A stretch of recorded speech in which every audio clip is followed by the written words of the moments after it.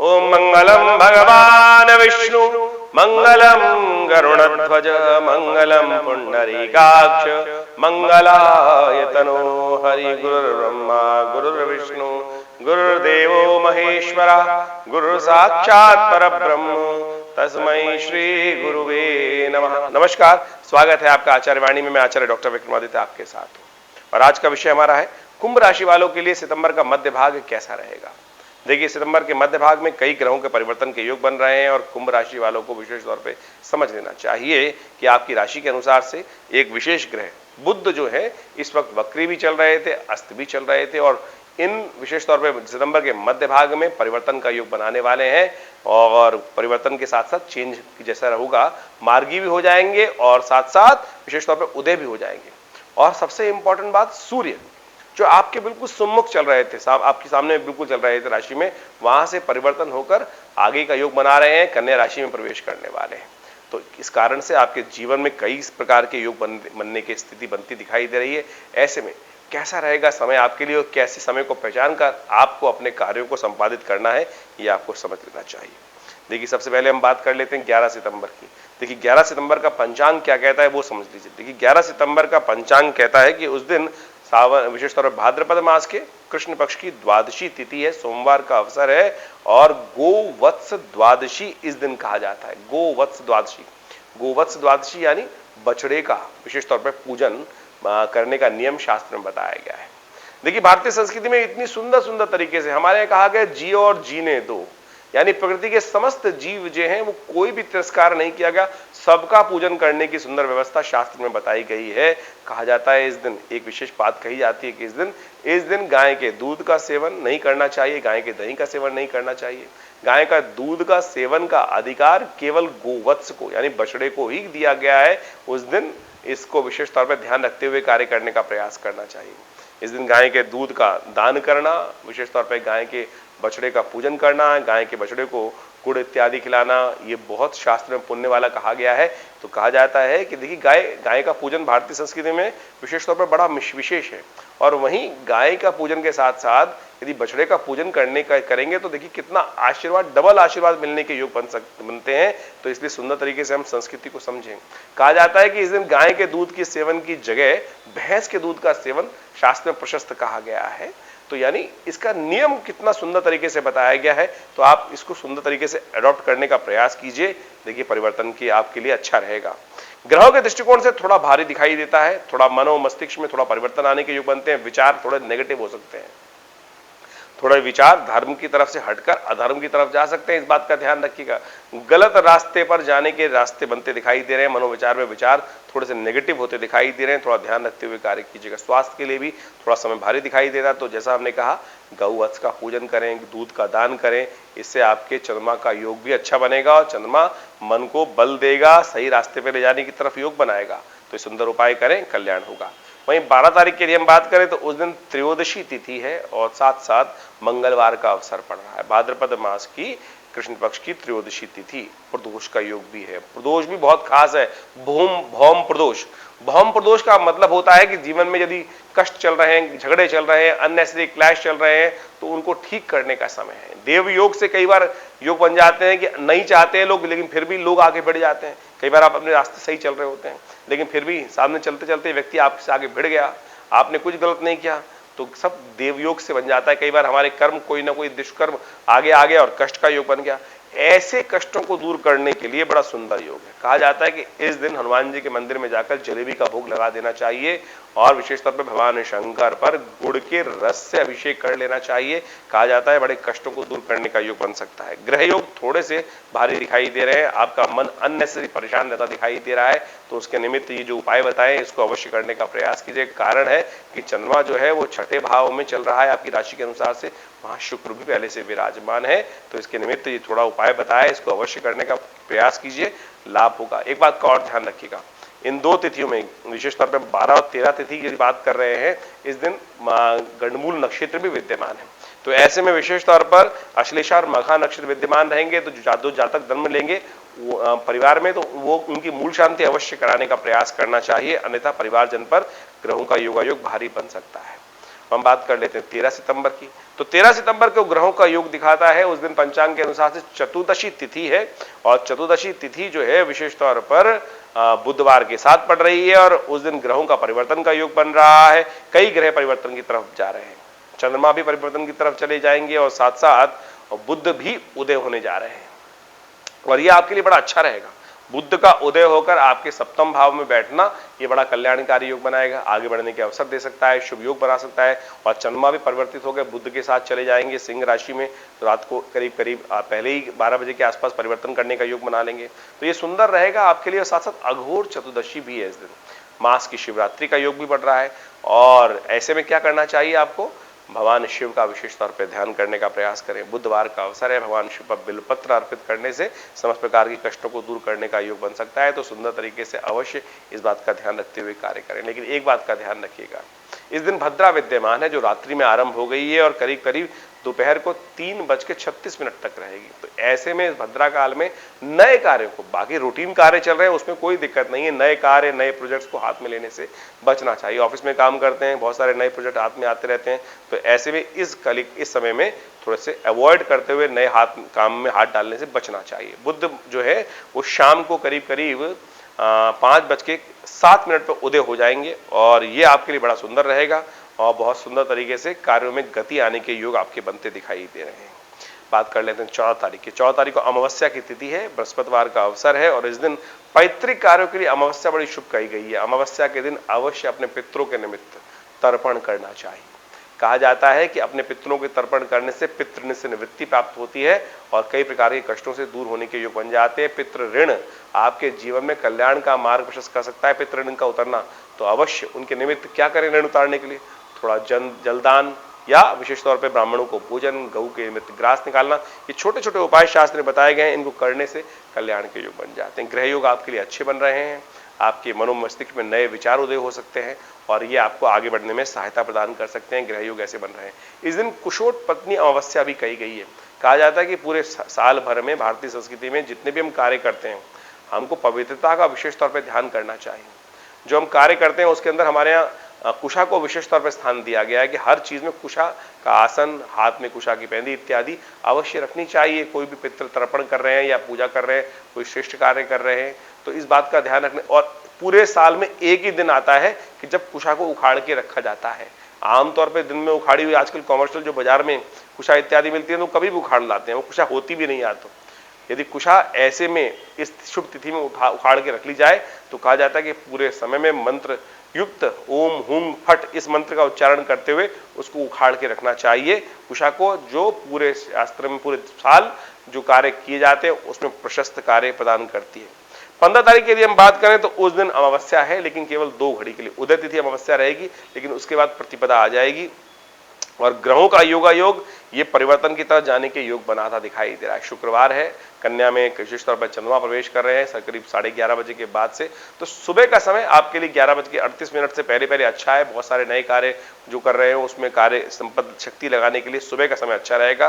लेकिन उसके बाद चंद्रमा जब जैसी ढीली हो जाएंगे थोड़े 11:30 के बाद थोड़ा सा उदासीनता मन में उत्पन्न हो सकती है, थोड़ा सा ग्रह फैक्टर थोड़ा सा वीक हो सकता है। तो इसलिए सुबह सुबह थोड़ा ध्यान अलर्ट होकर अच्छे से काम करने का प्रयास कीजिए, वो आपके लिए अच्छा रहेगा। देव कार्यों के लिए यह अमावस्या प्रशस्त होती है। देखिए 2 कार्य के लिए अमावस्या कही जाती है, पैतृक कार्य और देव कार्य। जब अमावस्या 2 पड़ जाती है, उदय तिथि के रूप में छोटे से 2 घड़ी के लिए विद्यमान है, तो सुबह सुबह जल्दी स्नान कर भगवान सूर्य का दर्शन करते हुए उन्हें अर्घ्य दीजिए। और अर्घ्य आगे की तरफ से देव जैसे पितरों के निमित्त तर्पण किया जाता है अंगूठे और पहली उंगली के बीच में से, ये पितृ तीर्थ से, लेकिन जब देवताओं के निमित्त तर्पण किया जाता है तो उंगलियों के अग्रभाग से किया जाता है। तो भगवान सूर्य को विशेष तौर पर अर्घ्य देकर आप देव कार्य के लिए अमावस्या को प्रशस्त कर सकते हैं, लाभ ले सकते हैं। 16 तारीख की यदि हम बात करें तो उस दिन भाद्रपद मास की प्रतिपदा है और साथ साथ शनिवार का अवसर पड़ रहा है और बुद्ध महाराज अब मार्गी भी होने जा रहे हैं। उदय तो 2 दिन पहले हो चुके हैं, अब मार्गी में होने जा रहे हैं, अपनी गति सही पकड़ने वाले हैं। और सूर्य जिस प्रकार से बहुत जल्दी परिवर्तन का योग बना रहे हैं और विशेष तौर पर बुद्ध का जो योग है वो 12 अंश के विशेष तौर पर दूर होने के कारण से, अंतर आने के कारण से बुद्ध उदय हो गए हैं और अब बुद्ध का मार्गी वापस आगे बढ़ने का योग बनना चालू हो गया और ये आपके बुद्धि में नए विचारों को उदय करने वाला रहेगा। ये कुछ नए क्रिएटिव विचार आपको ला सकता है, आपकी मैनेजिंग कैपेसिटी को एनहांस कर सकता है। आने वाले समय में योग बड़ा सुंदर बनता दिखाई दे रहा है। ऐसे में शनिवार का अवसर है और शनि महाराज आपकी राशि के अनुसार से इस वक्त लग्न में चल रहे हैं, वक्री चल रहे हैं, तो उनको ठीक करने का प्रयास भी आपको करना चाहिए। हम चाहेंगे आपको कि हर शनिवार के दिन विशेष तौर पर आप शनि स्तोत्र का पाठ कर लिया कीजिए। नमः कृष्णाय नीलाय शितिकंठ निभाय च, नमः कालाग्नि रूपाय कृतांताय च वै नमः। ये शनि स्तोत्र की पहली लाइन है। दशरथ कृत शनि स्तोत्र शास्त्र में कहीं भी आपको मिल जाएगा, उसका शनिवार के दिन शनिवार पाठ कर लीजिए, क्योंकि अभी 4 नवंबर तक शनि वक्री रहने हैं और जब शनि वक्री हो जाते हैं तो धीरे धीरे आपके कार्यों में मनो में उदासीनता उत्पन्न कर देते हैं। तो उसको ठीक करने के लिए सबसे सुंदर उपाय है कि शनि स्तोत्र का एक बार पाठ कर लिया, शनिवार को कम से कम अवश्य कर लिया कीजिए, इससे लाभ होगा, कल्याण के योग बनेंगे। बात कर लेते हैं 17 तारीख की। 17 तारीख को द्वितीया तिथि है, रविवार का अवसर है और ये द्वितीया और रविवार का अवसर बहुत खास है। भाद्रपद मास की द्वितीया, कृष्ण शुक्ल पक्ष की द्वितीया तिथि है और एक बात को ध्यान कर, इस दिन चंद्र दर्शन होने वाले हैं और ये चंद्र दर्शन बहुत खास है। 2 तारीख का चंद्र दर्शन बहुत खास है। जी हाँ, बहुत खास है। इसलिए खास बता रहा हूं कि कई बार हम गलती से चौथ का चांद देख लेते हैं और चौथ के चांद से कलंक लग जाता है। उसका तोड़ क्या है? कहा जाता है कि द्वितीया का चांद जो देख लेते हैं उन पे चौथ का चांद के कलंक को नहीं लगता। तो इसलिए आज चंद्र दर्शन होंगे शाम के समय थोड़ी देर के लिए, केवल यदि हम 17 तारीख की बात कर रहे हैं तो थोड़ी देर के रविवार के दिन। इस दिन संक्रांति भी पड़ रही है, बहुत सुंदर तिथि है संक्रांति, और साथ में दूज का अवसर जो है, दूज का चांद पड़ रहा है, तो चंद्र दर्शन कर लीजिएगा ये अवश्य। उसके बाद कहा जाता है अपने पिता के, माता पिता के और साथ साथ गुरुजन का आशीर्वाद भी ले सकते हैं और ये बड़ा सुंदर योग बनेगा। इस बात को ध्यान रखते हुए चंद्रमा का जो मंगल जो सूर्य का परिवर्तन हो रहा है वो हो रहा है करीब करीब 1:31 पर और ये संक्रांति आपके लिए बहुत खास रहने वाली है। आपके जो सूर्य हैं वो सप्तम भाव से निकलकर आपकी एग्रेसिवनेस को शांत करने का अवसर बन सकता है। सूर्य का और शनि का जिस प्रकार का परस्पर योग बन रहा था, वो आपस में सप्तम तक योग बना रहे थे, अब वो हटने जा रहा है और ये आपके लिए बहुत अच्छा रहेगा।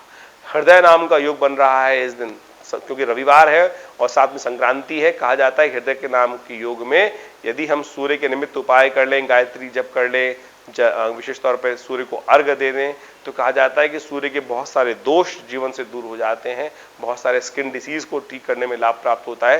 तो इस शुभ तिथि का लाभ आपको अवश्य लेने का प्रयास करना चाहिए, कल्याण के योग बनेंगे। उड़द की दाल का दान करना, विशेष तौर पर नमक का दान करना, भगवान सूर्य को अर्घ्य देना, गायत्री का जप करना, ये सारा का सारा चीजें कल्याणकारी रहेंगी, आगे बढ़ने के अवसर देने वाली रहेंगी।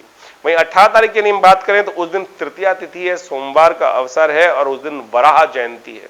वराह भगवान का अवतरण शास्त्र के अनुसार से इस शुभ तिथि में हुआ है।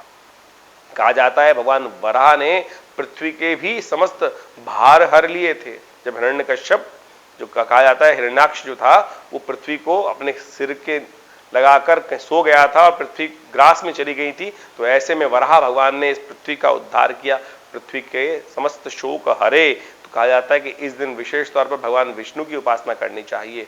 ओम नमो नारायणाय इस मंत्र का जप करते हुए भगवान शालिग्राम का पूजन करें, उनको विशेष तौर पर पंचामृत से उनका स्नान कराकर फिर चरणामृत उनका ग्रहण करें, तुलसी दल भगवान पर अर्पित करें।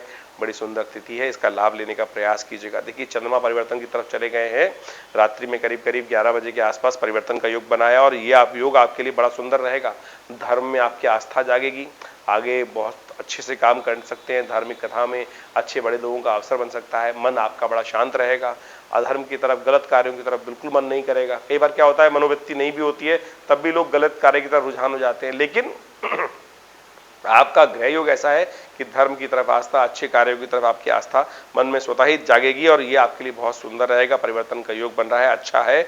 ऐसे में भगवान शिव का ध्यान भी करें, उनका भी अभिषेक करें और भगवान विष्णु का भी पूजन करें, कल्याण होगा। वहीं 19 तारीख की हम बात करें तो उस दिन चतुर्थी और मंगलवार है। ये चतुर्थी और मंगलवार का योग और साथ साथ ये चतुर्थी बेहद खास है। भाद्रपद मास के कृष्ण पक्ष की चतुर्थी यानी श्री गणेश का जन्मोत्सव, गणेश चतुर्थी जिसे कहा जाता है, और साथ साथ उस दिन बहुत सुंदर और भी योग बन रहा है जिसे कहा जाता है कि विशेष तौर पर अंगारक चतुर्थी। मंगलवार और चतुर्थी का योग बन जाता है तो अंगारक चतुर्थी बन जाती है। यह अंगारक चतुर्थी जो है समस्त प्रकार से कष्टों को दूर करने वाली है, मंगल के दोषों को हरने वाली है। कुंडली में कई बार मांगलिक योग होता है, कई प्रकार से मंगल खराब चल रहा होता है, तो ऐसे में उन सब को ठीक करने के लिए आप अंगारक चतुर्थी के दिन, कहा जाता है मंगल का जन्म अंगारक चतुर्थी के दिन ही हुआ था, तो गणेश जी का जन्म उत्सव भी बन रहा है और साथ साथ मंगल का जन्म उत्सव भी बन रहा है। तो ऐसे में यदि आपके जीवन में कुछ अननेसेसरी कलेश चल रहे हैं, कष्ट चल रहे हैं और बेकार के झगड़े अननेसेसरी खत्म ही नहीं हो रहे, परिवार में अशांति होती रहती है, तो ऐसे में क्या करना चाहिए? ऐसे में हनुमान जी के मंदिर में जाकर जलेबी का भोग लगा लेना चाहिए।